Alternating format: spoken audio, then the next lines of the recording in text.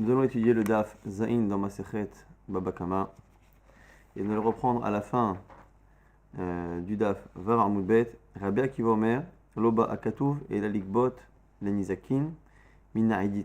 Que la Torah ne vient que nous apprendre que le Nizak, celui qui a été endommagé, il est payé avec Aïdit, avec le meilleur type de terrain de celui qui est endommagé, avec Kalvachomer, et a fortiori pour le Hekdesh, pour quelque chose qui appartient au Hekdesh. On a vu Marloga, donc Rabbi Akiva et Rabbi Hashemel aussi l'explication de des psukim Metav Sadeo, Metav Kamo Ishalem. On dit que celui qui a endommagé le champ de son prochain, Metav Sadeo, le meilleur de son champ, ou Metav Kamo, ou le meilleur de sa vigne, il paiera. Le sens premier selon Rabbi Akiva, ça veut dire que c'est celui qui a endommagé, qui est le sujet de la phrase, qui est celui qui va payer, qui est aussi le sujet de la phrase, et c'est le maire de son champ, du même sujet, donc de la personne, c'est celui qui a endommagé. Et celui qui paye, qui choisira le maire de son champ ou de sa vigne, pour payer, dédommager la personne qui a été blessée ou dont le champ a été endommagé. Et selon Rabbi Ishmael, pas du tout. C'est venu parler du meilleur champ, mais du meilleur champ de la victime, et lui il le fait avec une Gzera Shava, Sadé, entre ce pasouk et un autre pasouk. En tout cas, à la fin, Rabbi Akiva disait, quand il n'était pas d'accord avec Rabbi Ishmael, que non, la Torah vient parler de Nizakin et Kalvachomer, et a fortiori du Hekdesh jusqu'à partir du Beth Amikdash. Et la Gemara va déjà se demander dans quel cas on va se retrouver à devoir rembourser au Hekdesh, donc au Beth Amikdash, lorsqu'on a une dette envers lui. Quand est-ce que l'on va rembourser cette dette ou un dommage avec Aïdit? Maï Kalvachomer l'Hekdesh, c'est quoi ce Kalvachomer? Avec l'Hekdesh, il est Madenagar Torah Didan et Torah d'Hekdesh. Pachout, on va dire quoi? J'ai un taureau, le Hekdesh, le Beth Amikdash possède un taureau. Il y a un taureau qui est Hekdesh pour le Beth Amikdash, et mon taureau a endommagé le taureau qui est Hekdesh, et donc je devrais payer. Et là-dessus, on me dirait que là aussi, on va prendre en fonction du meilleur terrain du Nizak. C'est sur ça le Kalvachomer de Rabbi Akiva. De la même manière que lorsque tu crées un dommage dans le champ de ton voisin, tu vas payer Metav Kamo, Metav Sadeu, Yeshalem en fonction du meilleur de tes terrains à toi. Pareil, lorsque tu vas avec ton animal endommager l'animal du Hekdesh, tu paieras avec le meilleur de ce qui t'appartient. La Gemara dit que c'est pas possible. Pourquoi? Parce que nous on a une dracha qui dit que lorsque la Torah nous parle du cas d'un dommage qui est causé, c'est marqué Shor Re'ehu. Tu n'es chayav que lorsque tu encornes le taureau de ton prochain. C'est marqué lorsque ton taureau va encorner le shor de ton prochain. Pourquoi de ton prochain? Évidemment qu'on ne parle pas d'un cas où le type encorne un taureau qui est sauvage et qui n'appartient à personne, forcément qu'il appartient à quelqu'un. Pourquoi Re'ehu, ton prochain? C'est pour t'exclure celui qui appartient à Hekdesh. Ma Hamana, mais le cherche avec Hekdesh. Donc pour l'instant, on pense que celui dont le taureau a encorné un taureau qui appartient au Beth Amikdash, il n'est pas chayav bichlal de dédommager. S'il n'a pas de dédommagement à donner, il n'y a pas de question à se poser s'il donne Aïdit par Aïdit. Donc le Kalvachomer n'existe pas bichlal. Donc quel est le cas dont parle Rabbi Akiva? Et là, Omer, Aria Alaïmané le Bedek Habayit. Ce n'est plus quelqu'un qui doit de l'argent à cause d'un dommage causé au Beth Amikdash, mais quelqu'un qui a une dette. Il s'est engagé à donner une somme au Bedek Habayit, donc au Beth Amikdash. La Tegizbar, et Shekil Me'aïdit. Et lorsque le Gizbar, celui, le comptable, le secrétaire qui s'occupe de cela au Beth Amikdash, il vient récupérer la dette que la personne a, à ce moment-là, il la récupère avec Aïdit. Ce serait ça, donc, le Kalvachomer de Rabbi Akiva. Que quoi? Que si déjà, lorsque l'on a un homme qui doit de l'argent à l'autre parce qu'il a endommagé son terrain, il le paye avec Aïdit, le meilleur de ses terrains à lui. Celui qui dédommage doit choisir le meilleur de ses terrains pour payer l'autre. A fortiori, lorsqu'il doit de l'argent qu'il s'est engagé à donner au Beth Amikdash, que lorsque on vient lui prendre cet argent qu'il le donne, il faut qu'il le donne avec Aïdit. La Gemara dit, mais ça c'est pas possible. Parce que le Kalvachomer ne tient pas. C'est pas que le cas n'existe pas. Effectivement, on peut devoir de l'argent au Bedek Habayit. Mais le fait de dire qu'il y a un Kalvachomer et qu'il y a encore plus de raisons que l'on paye avec Aïdit, c'est pas possible. Pourquoi? Parce que même si tu dis qu'il doit l'argent au Beth Amikdash, ça ne peut pas être une dette plus forte qu'une dette entre un homme et son prochain. Lo et la Baal Chov. Si déjà le Beth Amikdash a un statut de Baal Chov, d'un créditeur, au Baal Chov, Bebenonit, lorsque quelqu'un m'a prêté de l'argent et que je lui dois, on l'avait vu il y a quelques mois, l'argent que je lui donne, je le paye avec bénonite, avec quelque chose qui est intermédiaire. Et si tu penses, ça va Rabbi Akiva, Kol Baal Chov Nami Ve'edit. Et si tu veux dire que peut-être que Rabbi Akiva, il pense que, il sera un avis particulier qui pense que lorsque l'on doit de l'argent à quelqu'un, on le paye avec Edit. Et donc c'est pour ça que le Beit Amikdash, quand on lui donne l'argent, ce serait Ve'edit. Même ça, on ne peut pas l'apprendre. Pourquoi? Et qu'elle est méfra, parce que tu peux objecter au Kal Vachov en disant, Mal et Baal Chov, Sheken Yu Pa Kocho Ben Izakin. Tu ne peux pas comparer et dire voilà, que puisque lorsque tu dois de l'argent à quelqu'un, c'est Edit. Et que lorsque tu dois dédommager quelqu'un pour son champ, c'est aussi Edit. Kalva Chomer, lorsque tu dois de l'argent au Beit Amikdash, ça ne marche pas. Pourquoi? Parce que lorsque je dois de l'argent à quelqu'un, c'est spécial. Mal et Baal Chov, Sheken Yu Pa Kocho Ben Izakin. Tu ne peux pas comparer avec un Baal Chov. Lorsqu'on doit de l'argent à quelqu'un, cette personne-là, je lui dois et je peux lui payer en Edit selon Rabbi Akiva. Mais il a une particularité, cet homme-là. C'est quoi? C'est que si je lui crée un dommage au niveau de son taureau, je le rémunère. Thomas Begdesh, je ne peux pas comparer avec Ekdesh, Shura Kochoban Zakin.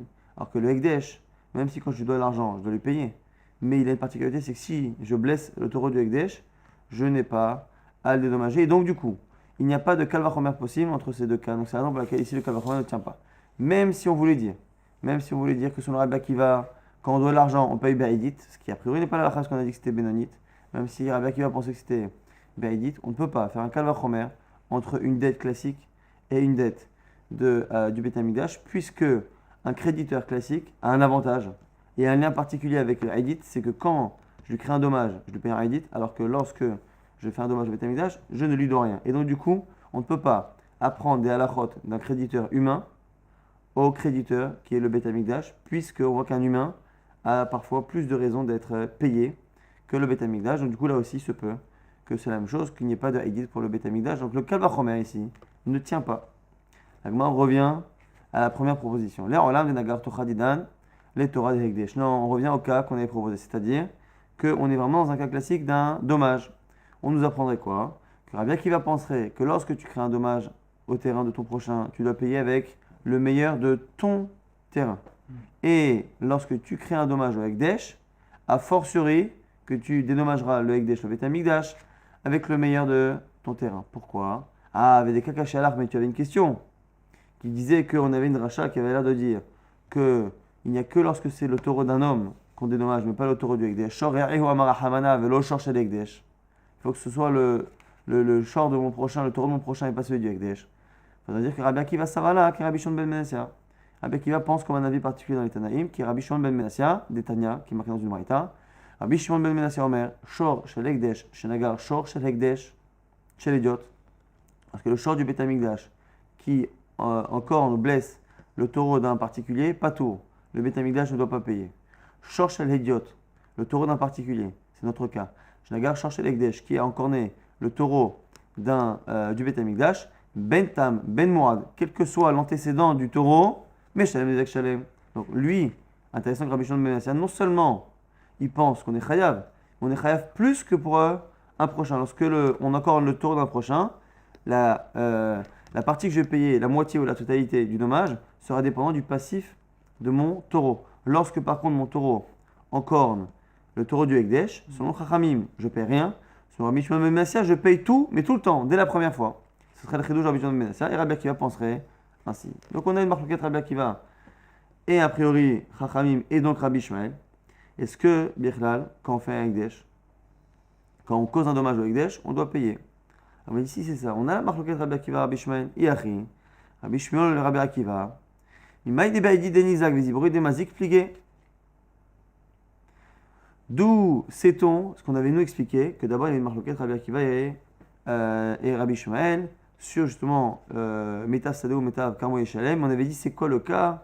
C'est un cas où le plus mauvais terrain de la victime est équivalent, le plus mauvais terrain de ceux qui endommagent est équivalent au meilleur terrain du Nizak. Et du coup, dans ce cas-là, on avait dit, c'est là qu'on a la marloquette. On a dit pourquoi tu dis ça? T'as qu'à dire que la marloquette, elle est. Est-ce qu'on pense qu'il y a un dommage pour l'Hekdesh? Et dans le cas du Hekdesh, il y aurait la marloquette. Un, il pense que comme on doit payer, on paye avec Edit, et l'autre, il ne serait pas d'accord. Dilma, Nechoulalma ben Nizak Shaiminan, Rabbi Plukta de Rabbi Shimon ben Yossef, Rabbanan Kamiflake, qui te dit que, si ça se trouve, ils ne discutent pas sur le cas qu'on avait cité, mais qu'en fait, la seule marloquette, elle est sur cette histoire de Rabbi Shimon ben Yossef et Rabbanan. Ce qui est un peu étonnant, parce que l'Agma va tout de suite réfuter. Et en fait, elle va réfuter avec les mots mêmes de la Braïta que l'on connaît. Donc Rabbi Akiva va savoir qui est Rabbi Shimon ben Yossef, comme on a dit, que Rabbi Akiva il pense comme Rabbi Shimon ben Yossef que lorsqu'on encorne le taureau du Ekdesh, on paye au Ekdesh Nezek Shalem et on paiera donc Be'adit. Et Rabbi Shimon savoir qui est Rabbanan. Il pense comme Rabbanan qu'on ne paye pas du tout. Agma dit si c'est ça, c'est pas ce qui est marqué dans la Braïta. Imken, Maïloba Akatuv. Qu'est-ce que dit Rabbi Akiva quand il introduit ces mots? C'est vrai que c'est un peu ambigu, c'est pour ça que la Gemara a préféré faire croire qu'elle pouvait dire ça, mais pour nous montrer finalement que quand on regarde bien, déjà Rabbi Akiva, une fois que Rabbi Shmuel a dit qui paiera Meta, Sadometa, Karmo de la victime, bien Rabbi Akiva dit non, Loba Akatuv. Le verset ne vient que dire. Or le verset a priori, il parle du cas d'un Isaac et d'un Mazik classique, il ne parle pas du Ekdesh. Vérod, et en plus, Mike Kalvachomer le Ekdesh. Si après il dit, et a fortiori pour le Ekdesh, ça s'entend que le sujet de départ c'était autre chose que l'Ekdesh. Donc il y avait bien une marloquette sur un sujet classique de Nezikin, un dommage. Et une fois qu'il l'a fait, il vient passer d'un sujet à un autre et dit, et Kalvachomer a fortiori pour un autre sujet qui est le Ekdesh. Vérod, et en plus, Ravashi dit dans une braïta, c'est clair. Tania Beidia, c'est marqué clairement dans une autre braïta. Metav Sado, Metav Karmo Yishalem. Il paiera que le meilleur de son champ ou de sa vigne. Metav Sado Shel Nizak, Metav Karmo Shel Nizak, dit Rabbi Shmuel. Selon Rabbi Shmuel, c'est le meilleur terrain de la victime. Rabbi Akiva Omer, Metav Sado, Metav Sado Shel Mazik, ou Metav Karmo Shel Mazik. Vient Rabbi Akiva et dans cette version de la braïta, au lieu d'avoir un lachon un peu ambigu comme nous on avait, Loba Akatuv, le texte ne vient que nous dire que c'est pour la victime. Donc on avait du mal un peu à comprendre ce que ça voulait dire.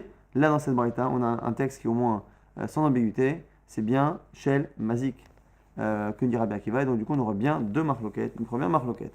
Lorsque un homme crée un dommage à son prochain, est-ce qu'il paye avec le meilleur de son terrain à lui qui est en dommage ou le meilleur terrain de la victime, selon Rabbi Ishmael de la victime, selon Rabbi Akiva comme le texte a l'air de le dire, de celui qui crée le dommage. Et puisque Rabbi Akiva pense par ailleurs, comme Rabbi Shimon ben Yossef, que lorsque l'on endommage le taureau du Ekdesh, on est chayav de payer, du coup il peut se permettre de faire un kalor omer et dire que puisque pour un particulier on le paye en Haïdit, a fortiori pour le Ekdesh qu'on paiera en Haïdit, alors que selon Rabbi Shmuel la question ne se pose même pas, puisqu'il pense a priori comme Rabbanan que lorsque mon taureau encorne celui du Ekdesh, il n'y a pas Bechal de Priou. Ça, c'était la première question.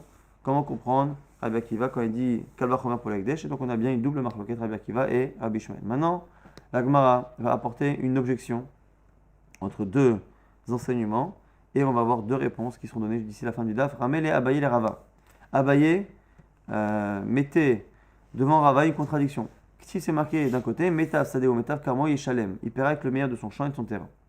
Metav In, Midacharinelo, ça sous-entend qu'il paiera avec le meilleur, mais pas avec autre chose. Donc il ne peut pas payer avec moins que Haïdit, il ne peut pas payer avec Benonit, avec un terrain intermédiaire ou avec Zibourit, le mauvais terrain. Avec Hatania, pourtant une braïta qui dit Yashiv, c'est marqué Ba'alabor Yeshalem, le propriétaire du taureau coupable paiera.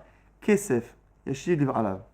Une fois qu'on a dit qu'il a payé, on sait que c'est avec de l'argent. Pourquoi répéter Kesef, Yashiv, de l'argent, il donnera au propriétaire. Yashiv, les rabots avec Kesef. La filou soubin. Et finalement, qu'est-ce qu'on nous dit ici? On nous dit que le fait de répéter de l'argent, il donnera, c'est finalement pour nous dire que il paiera avec tout n'importe quoi. Dès que ça a une valeur d'argent, même soubin, même du blé, même des choses qui n'ont pas tellement de valeur. Ici, des grains ou du blé, on ne se pose pas de question à partir du moment où ça vaut quelque chose. Donc, on a une contradiction entre la pachou du pasuk qui va nous dire qu'il faudra payer avec Haïdit, avec quelque chose qui est vraiment le meilleur terrain, et de l'autre côté, on a une dracha claire dans une braïta qui va nous dire que justement on a un pasuk qui nous dit qu'on peut payer avec tout tant que ça vaut quelque chose. Première réponse, lokasha, kan midarato, kan baal kocho. Premier, donc c'est le tirous qui est donné par la Gemara. Ça dépend si la personne qui est coupable, enfin qui doit dédommager, est de bonne volonté ou pas. C'est-à-dire, si lorsqu'il crée le dommage, que la personne, la victime lui dit voilà, tu as créé ce dommage-là, paye-moi. S'il accepte de payer, À ce moment-là, la Torah le dit, si tu choisis toi-même de payer, tu paieras avec ce que tu veux. L'essentiel, Kesef Yeshiv Liva Alav, que tu donnes de l'argent au propriétaire victime du dommage. Par contre, si tu ne veux pas et que tu attends d'aller au tribunal et qu'on te force à payer, à ce moment, une fois qu'on te force à payer, à ce moment-là, ce sera Meita Sadeo Yeshalem, il paiera avec le meilleur de ses terrains.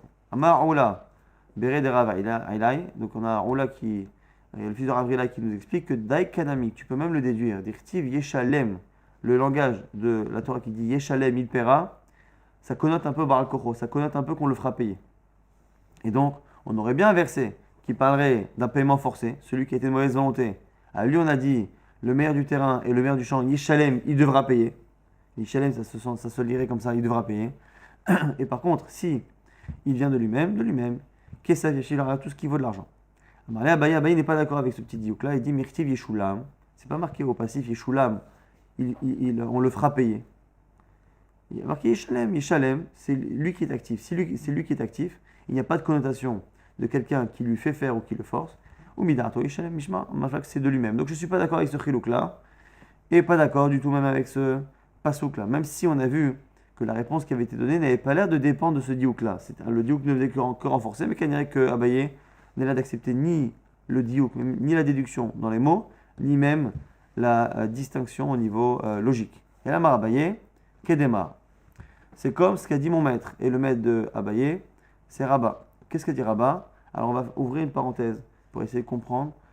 C'est d'abord un problème avec une braïta, avec un cas qu'on a du mal à comprendre. Et une fois qu'on aura expliqué ça, on va appliquer le même type d'explication chez nous. Détaillez cette braïta. Aresh ayulo batim sadot ukramim ve'eno motze le mochan. C'est un homme ici qui possède des maisons ou des terrains, mais qui ne trouve pas vendeur. Quel est le problème ici? On a la 3e année de la Shemitah, une obligation de donner Maaser Ani, un prélèvement des récoltes pour les pauvres. Qui est éligible pour recevoir le Maaser Ani? Quelqu'un qui possède en argent ou en terrain moins de 200. Celui qui n'a pas 200 zouz, il est considéré comme étant pauvre. Et normalement, lorsqu'il est pauvre, moins de 200 zouz, il peut recevoir autant qu'il veut. S'il a plus de 200 zouz, il est arbitrairement considéré comme n'étant pas pauvre et ne pouvant pas recevoir le Maaser Ani. Et là, on a une personne qui va avoir des terrains qui valent 200, mais comme il n'a pas d'acheteur, techniquement, il n'a pas les 200, parce qu'on ne lui achètera que moins. Et donc, ici on se demande combien on lui donne du Maaser Sheni. Et ici on devient un truc particulier, on ne lui donne le Maaser Ani que jusqu'à hauteur de la moitié de son patrimoine. Donc il a un patrimoine de 212, qui à l'origine normalement devrait lui interdire de recevoir le Maaser Ani, mais comme on part du principe qu'il n'arrive pas à les vendre, mais s'il n'arrive pas à les vendre, il peut tout de même au minimum les vendre, la moitié de la valeur il trouvera toujours un preneur, donc on ne lui complète que les 100 restants. Et Rabat avait un problème avec cet enseignement. Pourquoi? Parce qu'au final, le fait qu'il ne trouve pas vendeur, ça peut être lié à deux situations. Et est-ce que c'est réellement le prix objectif de la chose qui n'est plus cela, ou est-ce que c'est une situation exceptionnelle? Et en gros, je résume ce que l'Agma va dire tout de suite, c'est que si c'est une situation exceptionnelle, c'est-à-dire que réellement ça vaut 212, et il a un compte qui vaut 212, donc il n'a pas le droit du tout de toucher un centime. Si par contre, c'est vraiment un prix objectif qui a baissé, et donc, parce que tout est relatif au niveau du prix d'un terrain, il n'a plus de 212, si c'est cela, une fois qu'il n'a pas de 212 objectivement, il est pauvre, et s'il est pauvre, on ne le limite pas au fait de récupérer 212, on lui donne même 1000 s'il faut. Et donc du coup, c'est l'objection de Mar. Donc c'est Rabat ici qui dit Echidame, c'est quoi le cas? Si les terrains de tout le monde, c'est l'immobilier qui a chuté. Donc l'immobilier a chuté, et le sien aussi, ce qui veut dire que finalement, c'est bien la cote de son terrain qui a baissé, et donc c'est bien le prix objectif de son terrain qui a baissé. Si c'est ça, il est vraiment pauvre, il a vraiment moins de 200, et donc, c'est pas qu'il ne trouve pas preneur, c'est qu'il est vraiment pauvre, et s'il est pauvre, tu devrais lui donner même beaucoup. Pourquoi tu le limites à la moitié de son patrimoine tel qu'on l'estime au départ? Deha, Zul de Khula al-Manami, parce que finalement tout le monde a perdu de cette valeur-là, et donc il a vraiment objectivement moins que 200. Et là, Dokir a rata de Khula. Maintenant, tu es obligé de dire que finalement, les terrains de tout le monde, alors Okir, on a l'impression qu'ils ils ont augmenté, mais pas forcément. Ils sont restés stables. L'immobilier n'a pas bougé, voire il a augmenté. Mais c'est lui qui a un souci. Védidé, mais lui, Aïdé de Ayel Venafi Kazouzé. Puisque tout le monde voit qu'il cherche à vendre son terrain, les gens ne lui proposent pas grand-chose. Donc ici, on a un immobilier qui est stable, un marché immobilier qui est stable, mais on a une personne qui est réputée comme étant prête à beaucoup de choses pour céder son terrain, et du coup, il n'y a pas foule pour le lui acheter, pour justement faire baisser le prix. Et donc il se retrouve à ne pas avoir d'acheteur. Et l'Agmara a dit quoi? Donc Zalare, donc son terrain a baissé de valeur. A filou pour Tanami, Lolis voulait voir si c'est ça. C'est pas qu'il a moins de 200. Objectivement, son terrain vaut 200, et c'est une situation exceptionnelle, sociale, qui fait qu'il n'arrive pas à le vendre. Mais il n'empêche qu'il a 200. Donc s'il a 200, il ne devrait pas toucher un centime. Donc pourquoi on dit qu'il touchera la moitié de sa valeur? Mar'ala. Donc la réponse finalement de Rava c'était quoi? Donc la question étant que si c'est objectivement moins de 200, il est vraiment pauvre et il doit tout prendre. Si c'est objectivement 200, il ne devrait rien prendre. Comment on va trouver un cas où finalement c'est à la fois relatif et à la fois absolu? C'est lorsqu'on estime que le marché immobilier a tendance à être lié aux saisons et qu'en fait entre l'hiver et l'été, les prix ont tendance à gonfler, à diminuer de manière régulière. Au mois de Nissan, il y a le printemps, il y a l'été, la récolte qui arrive, donc les prix augmentent des maisons, des terrasses, au Béomé Tishré, Zalarata, et en Tishré, ça a tendance à baisser. Et du coup, à Nissan, puisque les terrains augmentent en Nissan, parce que la demande augmente, les gens en général vendent toujours leur terrain. En Nissan, personne n'est assez bête pour vendre son terrain à un moment où il sait que le prix a baissé et que ça va augmenter dans 6 mois. Mais lui, et lui, comme il a besoin de liquidité, il le vend, le couteau à la gorge, il le vend, donc au mois de Tishré. Et donc, ici, on part du principe que son terrain, techniquement, il a vendu pour moins de 200, donc il va récupérer que 100 zouz. Donc il a 100 zouz, donc il est pauvre. Mais d'un autre côté, on ne peut pas lui donner plus que 100 parce qu'on estime que c'est un peu comme si son terrain, dès à présent, valait la valeur que l'on sait que dans le futur il va avoir. Et donc, on est un peu à cheval entre les deux. D'un côté, techniquement, il est pauvre, mais on n'accepte pas de lui donner plus parce qu'on ne veut pas non plus le mettre dans la même catégorie que les vrais pauvres. On veut garder l'idée que normalement, puisque les gens, au mois de Tishré, ils attendent le mois de Nissan, ça veut dire que si on faisait la cote normale pour quelqu'un, ce terrain qui aujourd'hui vaut 100, au mois de Nissan, il vaut 200. Et donc, on estime qu'il vaut 200 puisque tout le monde attend en général. Donc, il y a tout le monde qui attend, qui fait que ça vaut 200. Mais il y a en pratique lui qui l'a vendu à 100, qui fait que du coup, il n'a que 100. Et entre les deux, on lui donne donc la partie manquante. Et du coup, ça, c'est pour comprendre cet enseignement là-bas, que Rabat avait dit ça, c'était une braïta, donc, qui disait que lorsque quelqu'un n'arrivait pas à vendre son terrain, on lui donnait que jusqu'à hauteur de la moitié, ce qu'on estime que Tishri, quand ça baisse au mois de Tishré, ça ne baisse que de moitié, pas plus. Mais Khanami, Gabé Nezakin, ce serait pareil chez nous pour les Nezikin. Donc, dans le cas où il y a un dommage, pareil, dîner Be'aidit, donc la lacha ce serait de payer Be'aidit avec le meilleur terrain. V'yamale ihu, avli benonit fait pour ta. Et si la personne qui finalement est la victime dit, tu sais, normalement tu devrais me payer avec Aidit. Mais finalement, donc on est sur le Rabbi Akiva qui pense que c'est le meilleur terrain de celui qui dédommage. Il dit, tu sais, finalement, je préfère ton terrain qui est bénonite. Pourquoi? Parce que ton terrain qui est bénonite, qui est intermédiaire, il est géographiquement mieux situé pour moi. Il est collé à mon autre champ. Et on sait très bien qu'en général, une personne préfère avoir des champs et des terrains qui sont collés les uns aux autres. Donc c'est plus pratique pour lui de s'occuper de surveiller ses terrains si ces terrains sont à côté. Donc même si normalement tu dois me payer avec Aidit, paye-moi avec Bénonite. Mais par contre, tu fais pour ta. Tu es gentil, mais tu vas me donner une superficie qui est plus grande. Puisque normalement, tu aurais dû me donner 1 hectare de Aidit, tu vas me donner 1,5 hectare de Bénonite. Alors que peut lui répondre à ce moment-là le Mazik? Amalé lui dit, tu sais, Ishakat Kedinar, Shekol Kede Ashta. Si tu prends un Aidit, je peux rien faire. Aidit, la Torah l'a dit, tu prends le meilleur terrain, je te donne le Aidit tel qu'il vaut actuellement, que l'on soit en Nissan ou qu'on soit en Tishré. Par contre, Ve'ilo, si tu ne veux pas te baser sur le din Torah et tu me demandes de sortir de ce din-là, moi, Mazik, à ce moment-là, j'ai le droit de t'imposer le dédommagement en fonction du cours de plus tard. Vélo, chez Kil Kiyukra del Kame. Tu prendras en fonction du prix du Nissan. Nous sommes en Ticherie. Donc, comme nous sommes en Ticherie, on a dit que l'immobilier a baissé presque jusqu'à moitié. C'est ce qui est possible en tout cas. Pas forcément, mais en tout cas jusqu'à moitié. Donc, si on paye en Haïdit, on va regarder le prix en Haïdit, même s'il est bas parce qu'on est en mode Ticherie, et la personne doit le dédommager avec Haïdit. Si par contre, la personne demande une tova, dit tu sais, moi ça m'arrange finalement Benoni, c'est à côté, à ce moment-là, l'autre peut lui répondre, tu sais, puisqu'on n'est pas dans le cadre classique de ce que la Torah dit, que Meta Sado, Meta Kamo Yishalem, à ce moment-là, moi, je pose mes conditions, puisque dans 6 mois, ce terrain-là, au mètre carré, il va valoir le double. Du coup, si tu veux que je te dédommage de la somme X, je te dédommage de la somme X avec ce terrain Benoni, mais pas en fonction de sa valeur actuelle qui est basse, mais en fonction de la valeur future. Et qu'est-ce qu'on apprend dans l'histoire de Rabat? C'est que lorsque l'on a un terrain qui est un marché immobilier qui a tendance à gonfler au mois de Nissan et à dégonfler au mois de Tishré, on a tendance dès le mois de Tishré à tenir compte de la valeur future pour déterminer la valeur du bien. C'est la raison pour laquelle on ne donnait pas plus de 100 zouz, plus de la moitié du patrimoine à cette personne-là qui était pauvre, parce qu'on estime qu'il n'est pas réellement pauvre. Parce que normalement, tout le monde aurait dû attendre le mois de Nissan. Donc là, c'est pareil.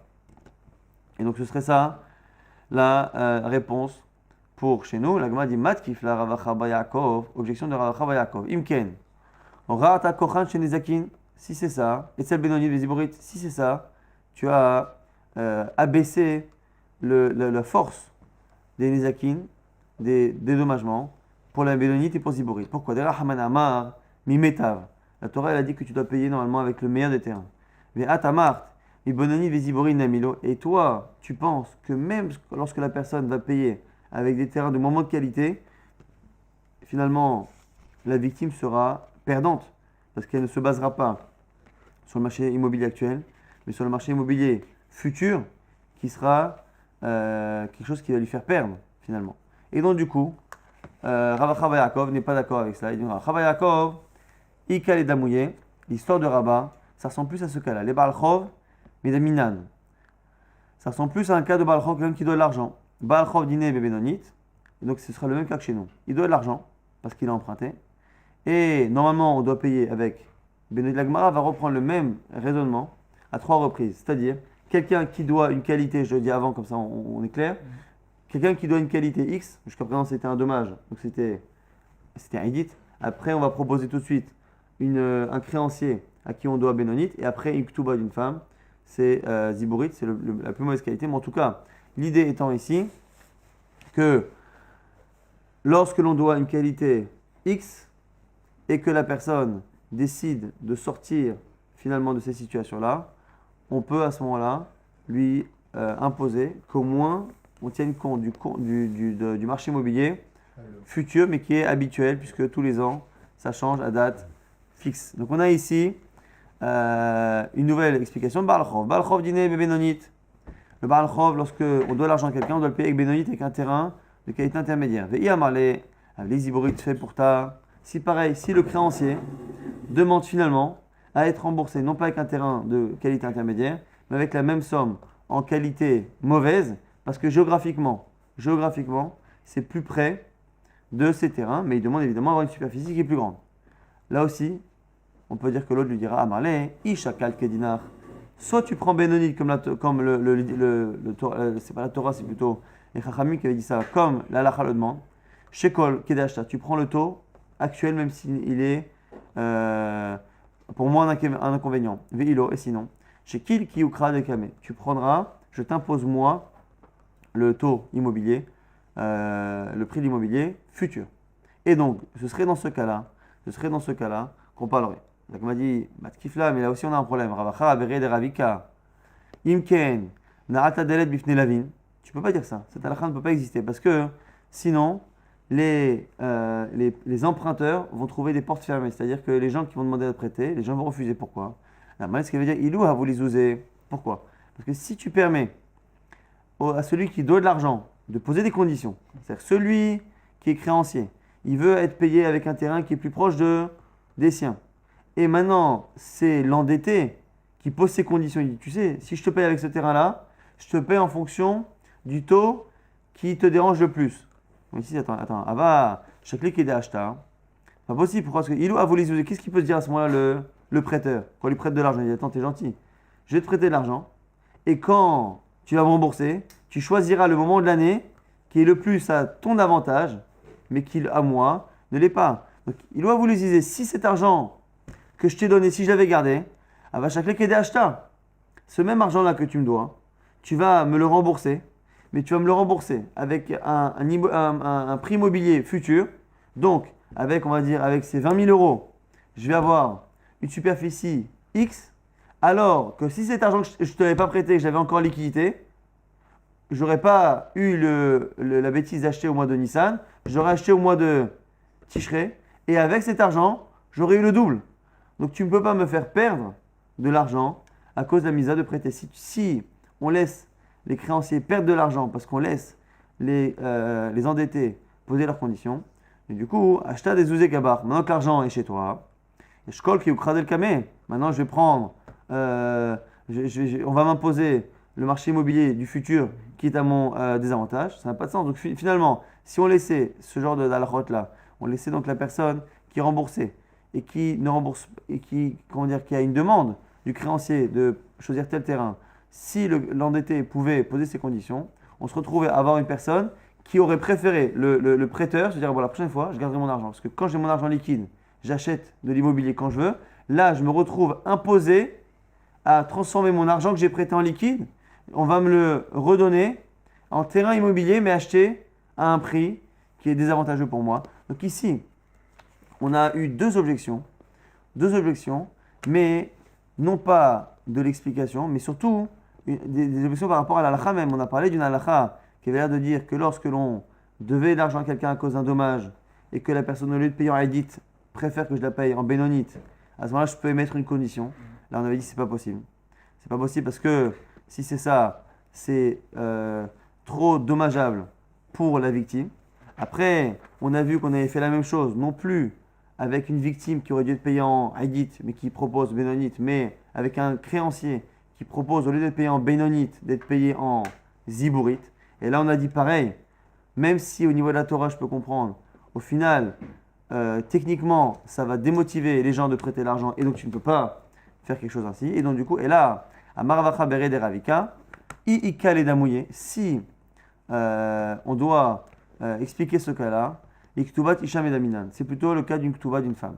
La Ktubat Isha Dina Beziburit, une femme, lorsque un homme épouse une femme, il lui écrit une Ktuba, la Ktuba l'engage à payer une somme d'argent en cas de divorce. Et cet argent-là, il le paye avec Ziburit, avec la plus mauvaise qualité de terrain. Et maintenant, ce sera un cas où elle devrait être payée avec Ziburit. Et elle dit finalement, donne-moi Bénonite, mais du coup, je suis même capable de prendre moins. Au lieu de me donner la somme de 10 000, donne-moi 9 000, mais avec un terrain de bonne qualité. Amala, il peut lui dire, Ishakal Kedinar, Shekol, Kedashta. Si tu prends le terrain comme les Chachamim t'ont demandé, donc le Ziburit, à ce moment-là, je ne peux pas négocier la valeur. Mais ilo, sinon, Shkoli, Keyukra Delkame. Si par contre, tu choisis de sortir du cadre classique, à ce moment-là, moi, je t'impose que ce soit en fonction du marché immobilier qui m'arrange. Il m'a dit, Mikol Makom, Kashia. Quoi qu'il arrive, une fois qu'on est sorti de la première explication, on n'a toujours pas ici de réponse à notre contradiction qui était comment se fait-il que d'un côté on nous dise que Metav Sado, Metav Karmo, il paiera le meilleur du terrain, et d'un côté on a un pasteur qui dit Kesef, une fois qu'il est chez lui, on a dit il paiera, on sait que c'est de l'argent. Kesef, tant que c'est de l'argent, tant que ça vaut de l'argent, il peut payer. On a proposé une première chose qui disait que ça dépendait s'il était de bonne volonté ou pas. Si lui-même il paye de lui-même, il paiera avec ce qu'il veut. S'il ne veut pas et que le Beddin le force, il paiera à ce moment-là avec le meilleur de son terrain. Mais Abaï n'était pas d'accord, donc du coup, Amarava, Kol dihivle mimetav letivle. En fait, quand on a dit qu'il paiera avec le meilleur de son terrain ou de sa vigne, c'est la d'après sa vigne. C'est l'exemple qu'on a donné, mais en fait, à la fin, en disant Kesef, l'essentiel, c'est qu'il donne avec le meilleur de ce qu'il possède. Dans ce qu'il possède des terrains, c'est le meilleur de ses terrains. Lorsqu'il possède des vignes, c'est le meilleur de ses vignes. Quand il possède des voitures, c'est le meilleur de ses voitures. Quand il possède des bijoux, c'est le meilleur de ses bijoux. C'est le haïdit, le métav, le meilleur du type de qualité de ce qu'il possède. Là, il m'a dit, mais attends, c'est pas vrai. Métav sadé octive. mais dans le texte, c'est marqué le meilleur du champ. On a vraiment l'impression que c'est le meilleur du champ. Et là, Kata Rav Papa vers Ravuna, Bered Rav Yoshua mi Berav, lorsque Rav Papa et Ravuna sont venus chez Rav, par Shuha, Kol Milé, ils ont expliqué en disant quoi? Kol Milé Metavou. En fait, comment on explique? C'est que lorsque l'on paye avec un bien mobilier, un objet c'est toujours Metav. C'est toujours considéré comme étant le meilleur type d'objet. Ilo misdevanacha, misdevan mematachaiti. Pourquoi? Parce qu'un objet mobilier, comme il est déplaçable, on a finalement une possibilité de clientèle qui est infinie dans le monde. On peut vendre cet objet dans n'importe quel coin du monde. On met une annonce et on trouve quelqu'un on trouve un preneur. Alors qu'un terrain, on est limité à vendre ce terrain à une personne qui habite dans la région. Ah, du coup, misvan mematachaiti, les verbara, des litivlevi metav, kechi, des likpos, à la zvina. Et du coup, c'est la raison pour laquelle, lorsque la personne doit être dédommagée, lorsqu'on la dédommage avec un objet, on considère que l'objet, c'est toujours métav. Pourquoi? Parce que c'est facile à revendre. Si ce n'est pas revendable ici, c'est vendable ailleurs. Alors que la personne qui est dédommagée, si on la dédommage avec un terrain, puisque la clientèle possible pour racheter ce terrain et récupérer des liquidités est limitée à la région où la personne se situe, du coup, c'est la raison pour laquelle on demande à ce que ce soit Beta Sadeh. Donc on va récapituler assez rapidement ce qu'on a vu dans le DAF. Donc on a vu qu'on avait une double marloquette entre Rabbi Ishmael et Rabbi Akiva. Déjà lorsque l'on paye pour un dommage, est-ce qu'on évalue en fonction du meilleur terrain de la victime, en fonction du meilleur terrain de celui qui crée le dommage? Selon Rabbi Ishmael, c'est de la victime, même si ce n'est pas le sujet qui était dans la phrase, c'est parce qu'il y a une Xera Shavasa des Sadeh. Selon Rabbi Akiva, on lit le pasouk au sens premier, celui qui crée un dommage, ce même-là qui crée un dommage, Yeshalami Pera, avec le meilleur de son champ ou de sa vigne à lui. Ça c'est clair. Seconde marloquette, qui est liée à Rabbi Shimon ben Nasser, Rabbi Akiva pense comme Rabbi Shimon ben Nasser que lorsque mon taureau encore crée un dommage au Beth Amikdash, au taureau qui appartient au Beth Amikdash, je dois payer. Non seulement je paye, mais je paye tout de suite Nezek Shalem, même si mon shor n'a jamais eu de passif compliqué. Et donc là, ici, ce qu'on nous dit, c'est qu'on paiera. Et donc, comme Rabbi Akiva pense comme Rabbi Shimon ben Nasser que l'on paye pour le Ekdesh, du coup, on paiera là aussi, Be'edit, Kalvachomer. Si pour un particulier je paye avec le maire de mon terrain, Kalvachomer. Rabbi Shimon ne peut pas penser cela parce qu'il pense comme Chachamim que Birla, lorsque mon taureau encorne le taureau du Ekdesh, je ne suis pas Chaya parce que c'est marqué Shor Ehu, le taureau de mon prochain, et donc pas le taureau du Ekdesh. Ça, c'est la double marloquette Rabbi Shimon et Rabbi Akiva. Après, on avait une contradiction entre une braïta et le sens premier du verset. Le sens premier du verset dit qu'on paye avec le meilleur du terrain ou de la vigne. Et d'un autre côté, on a une braïta qui dit que tu paieras avec ce qui vaut de l'argent. Qu'est-ce que c'est tout ce qui vaut de l'argent? Comment c'est possible? Première proposition qui était de dire que ça dépendait de la bonne volonté de la personne. Celui qui paye de lui-même le dommage, il paiera avec ce qu'il veut. Si par contre il ne paye pas et que c'est le Bedin qui le force, à ce moment-là on lui prendra nous le meilleur de ses terrains. Abaye n'était pas d'accord. Abaye proposait quelque chose, mais finalement qui ne tenait pas. Rava proposait encore autre chose qui lui aussi n'avait pas l'air de tenir. C'est de dire finalement que quand on dit Metav Sadeh ou Metav Karmo, le meilleur du terrain ou du champ, c'est l'Avdavka. C'est le meilleur de ces objets. On a donné l'exemple du terrain, mais en fait, quelle que soit la catégorie d'objets qu'il donne, il faudra qu'il donne le meilleur de ses bijoux, si c'est un bijou. Si c'est une voiture, le meilleur de ses voitures, ainsi de suite. Mais la Gemara réfute, elle dit non, il y a marqué Sadeh, et donc finalement, c'est autre chose. C'est que pourquoi, d'un côté, on demande le meilleur des terrains, et d'un côté, on autorise de donner avec n'importe quel objet, et donc pas forcément le meilleur, c'est parce que un objet mobilier étant facile à revendre, puisqu'on peut le déplacer dans le monde entier et trouver un acheteur potentiel dans le monde entier, du coup, il est forcément métav. Parce que métav, c'est un meilleur terrain. Pourquoi? Parce qu'un meilleur terrain est plus facilement convertible en liquidité. Et donc, un objet est toujours convertible facilement en liquidité puisqu'il est déplaçable. Alors qu'un terrain a finalement une clientèle potentielle qui est plus faible, qui est liée à la région. Et donc, c'est la raison pour laquelle, dans un terrain, il faut métav. Alors, pour un objet, on n'a pas besoin parce que naturellement, mitivoro, il est considéré comme étant métav.